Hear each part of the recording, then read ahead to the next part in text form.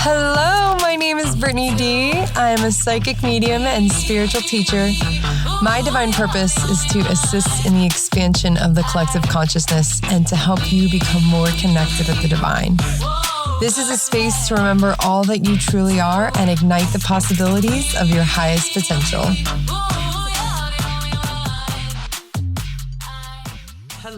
Hello, and welcome to another episode of the Addicted Household Recovery. Oh my goodness. Today, we are going to talk about how abuse is never acceptable. It's never acceptable. Like, man, it's a challenging one. And this is what the victim consciousness does, is that when we're deep in our guilt and our shame and our despair, we think that it's okay to treat others with what we are feeling, right? Instead of addressing our own feelings and dealing with ourselves, we project it out onto other people. And I realized this after my forgiveness process, which that was a journey, and I'll do another episode about forgiveness and what forgiveness truly is.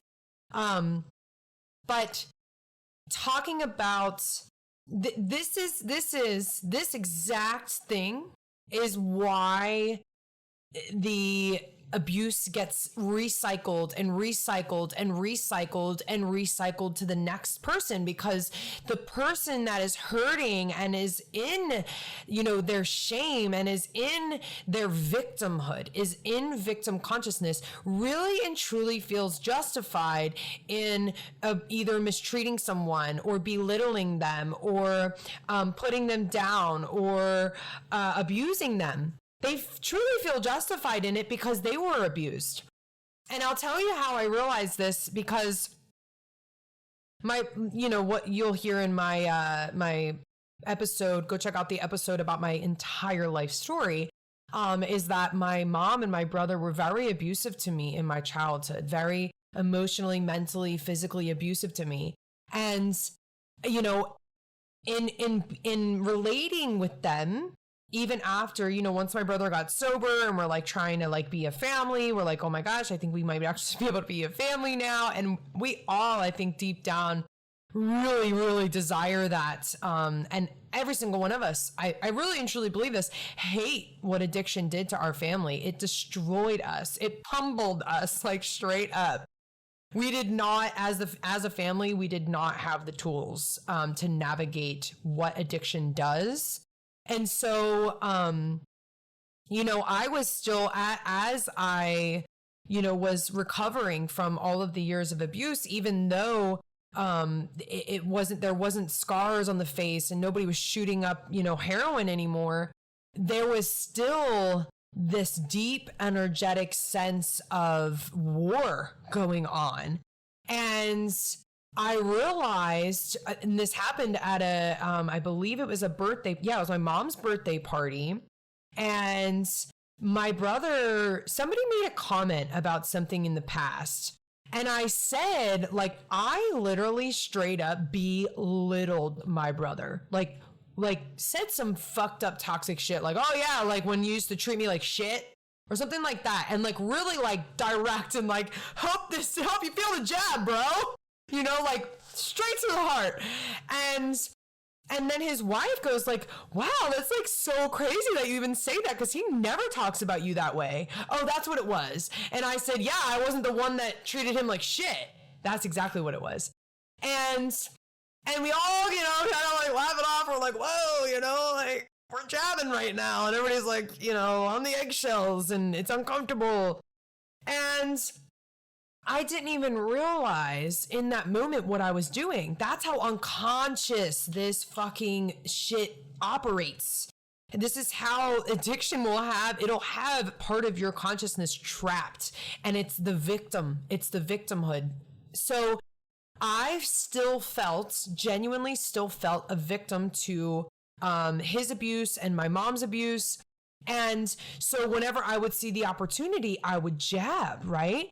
And I just want to say that, and I say this with so much respect to everything that you have been through, with whether it's addiction, codependency, narcissistic abuse, whatever abuse you went through. I really and truly see you. And if you want to understand how much I see you, go listen to my life story because I get you. But there is never, ever a reason, a good reason to mistreat, jab, belittle, guilt, shame, whatever it is, anybody. There's never a reason to do so. And if you and if you find yourself doing that at all, if you see it at all, it's your wounded self. It's the victim in you. It's the part of you that still hasn't addressed and healed the anger and the resentment and the way that you feel about this person. And honestly, until you can get to a place, and here's the thing, you'll hear in my episode about forgiveness. Forgiveness is not something you can choose. It is not something you can choose. But until you truly forgive that person, I would honestly step away. Because you will likely unconsciously belittle, shame, put down, attack maybe in different ways, emotionally, mentally, energetically. And it only cultivates more victim conscious in you. It feeds the victim in you.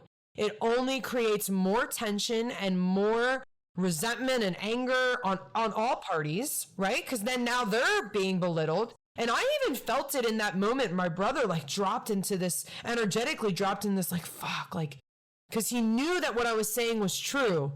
But here's the thing. Just because it's true does not mean that he deserves it. Absolutely not. Even if he hasn't apologized, even if he hasn't truly taken responsibility and taken the energy back that was projected on me. Now, that doesn't mean that it's all my burden to carry. It's not your burden to carry, but that does not mean that you then get to belittle or shame or be abusive in these different mentally and emotionally ways to somebody because they hurt you.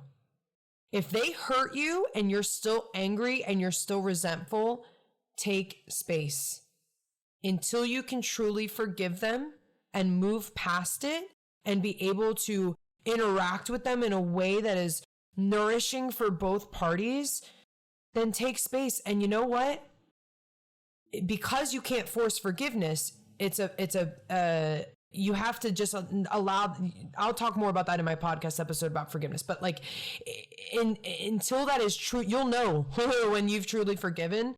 Until that has truly happened, you are just going to be perpetuating the toxic cycle and only bringing out more and more and more toxicity, which is only going to create more and more and more for you to heal, for them to heal, everybody. It does not serve anybody. Step back, take space, and talk to God. Talk to spirit, whatever your higher power is, and say to them, I recognize that I am playing a victim, and I know that your grace is more powerful than this. Can you fill my heart? Can you help me with this? Because spirit will. This illness is a spiritual illness, people. And so when you see it infecting and poisoning your life and your relationships, gather all that energy back and take it to spirit.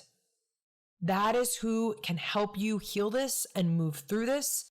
And until you truly can come to the table from a purified space, from a space of power and being able to observe rather than be wrapped in and be a victim and guilt and shame and despair and there's nothing you can do about this. If you still feel like there's nothing you can do about this and the only way for you to get any kind of equality is to jab them back, you need to separate yourself from this person. You need to take space. And if you're in a loving relationship, if this is your husband or your wife and this resonates with you, maybe you can't completely get out of the house, but you can emotionally and mentally, energetically, step back and take space, and it will do you great wonders. But belittling someone and continuing to put them down only feeds your victimhood and their shame, which is their victim consciousness. It perpetuates that same cycle. And that's how abusers that's how the cycle continues and continues generation after generation after generation. Because as a child of an alcoholic and a family member of an addict, and just deep in the abyss of addiction, I genuinely felt justified in the belittling of my brother. Until about a month ago, I honestly thought he was a monster, like like Jeffrey Dahmer type shit, where they just like have a black soul, and there's nothing you can do about it. I didn't consciously understand that I felt that way, but on a deeper level, because of what I had experienced, I was like, the only way to justify continuing, the only way to survive was to be like, he's just a monster. That's just what he is. And there's nothing he can do about that. He was just born and bred, born a monster. And that's kind of what got me through it, is that like, I just live in the household of like someone who's psychotic or something. And really, that literally, guys, and I know that if you're in the deep abuse right now, I know this is going to be really hard for you to hear, okay? But you have to separate the addiction from the person. It is not, that person could very well, under the addiction and under all of those tendencies and those abuse and all of that unconsciousness and the victimhood that they feel, they could truly have a beautiful, pure light and pure soul, and even possibly a lot of purpose in this life.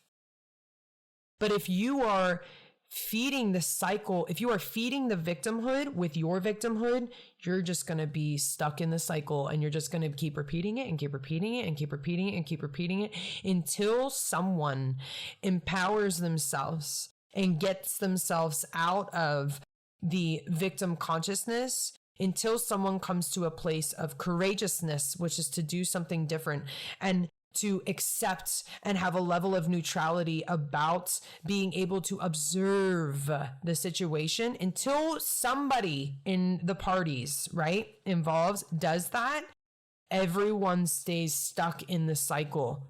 And you are honestly, and I know this is going to be really, really hard medicine to swallow, but you are just as guilty and just as accountable to your abuse as your abusers. You do not get to go around abusing people because you've been abused. That's exactly what this cycle does. That's exactly what this illness does. That's exactly what the energy that this carries. And if you want to be the one that breaks the chains and the shackles that this energy can literally trap you in, you feel trapped. If you want to get out of the cage and unshackle yourself, then you have to be the bigger person at some point. You have to stop. You have to recognize that you are perpetuating abuse. Either way, it doesn't matter. I'm sorry. I know what happened to you fucking blows. I understand. It is, believe me when I say that I understand. But you cannot justify ever at any point to abuse, belittle, shame, put down,